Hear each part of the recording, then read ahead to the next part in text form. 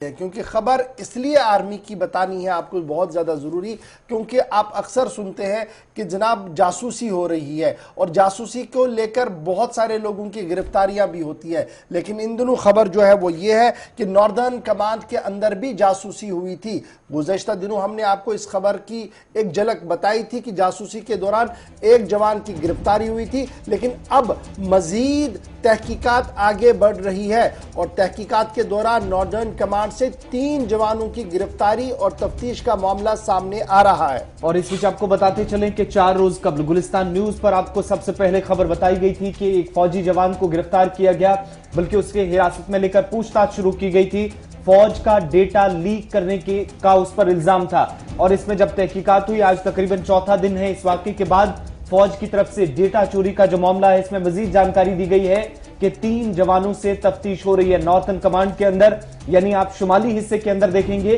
तो सबसे बड़ा ये कैंप फौज का या सबसे बड़ी जिम्मेदारी सिक्योरिटी की इस हिस्से के अंदर वो इस नॉर्थर्न कमांड पर रहती है, जहां पर इल्जाम ये लगा था एक जवान पर कि उसने पाकिस्तान के साथ या सरहद पार बैठी कुछ एजेंसियों के साथ जो जरूरी डेटा था, खुसूसी डेटा था, उसे ना सिर्फ लीक किया, वायलेशंस को ब्रीच किया, बल्कि पाकिस्तान के बैठे कुछ लोगों के साथ उस डेटा को शेयर भी किया गया। जो अंदरूनी जानकारी थी फौज की वो सरहद पार पहुंचाई गई, जिसके बाद एक जवान से पूछताछ हुई थी और हेडक्वार्टर के अंदर डेटा ब्रीच का जब मामला मजीद इसमें आगे बढ़ा, तहकीकात हुई, तो 3 मजीद जवानों को नॉर्दर्न कमांड हेडक्वार्टर के अंदर, जहां पर इनसे इस वक्त इन्वेस्टिगेशन चल रही है, तफ्तीश हो रही है। और बड़ी बात यह कि एक बड़ा रैकेट सरहद पार तक हो सकता है जो सरहद के इस पार भी काम करने में मसरूफ था और फौज का डेटा जो खुसूसी डेटा था, जरूरी डेटा था, वो चोरी होने का मामला सामने आया था। और इस बीच आपको ये बताते चलें कि जनरल ऑफिसर कमांडिंग 16 कॉर्प्स के, जिनकी तरफ से उसी दिन जानकारी दी गई थी जब पहले जवान को यहां पर उनसे पूछताछ हुई थी,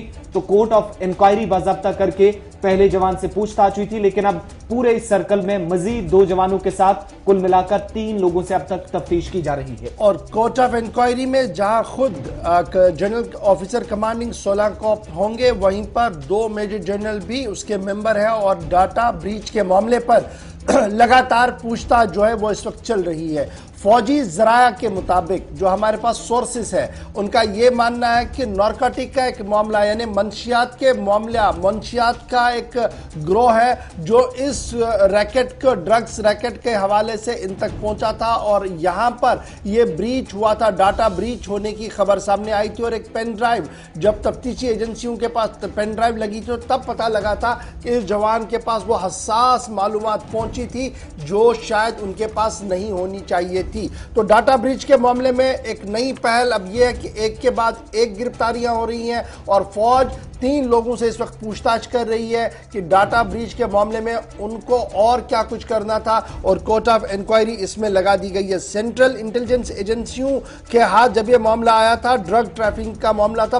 तो उस दौरान यह पूछताछ हुई थी, जिस दौरान तार कहीं ना कहीं आर्मी के जवान तक आए थे, जिसके बाद अब यह बड़ा खुलासा इस वक्त सामने आया है कि नॉर्दर्न कमांड के अंदर 3 लोगों से पूछताछ चल रही है और कोर्ट ऑफ इंक्वायरी इसमें बिठा दी गई है। जरा से बड़ी खबर हम आपको बता रहे हैं और माना जा रहा कि रवा माह के आखिर तक इस केस के अंदर मजीद पेशरफ्त तो हो सकती है और मजीद डिटेल जो है वो सामने भी आ सकती है। तो ये खबर थी जनाब आर्मी के हवाले से, जो डाटा ब्रीच हुआ है कि उसमें क्या कुछ नॉर्दर्न कमांड के अंदर चल रहा है और किस तरीके से कोर्ट ऑफ इंक्वायरी जो शुरू की गई है वो क्या कुछ कह रही है।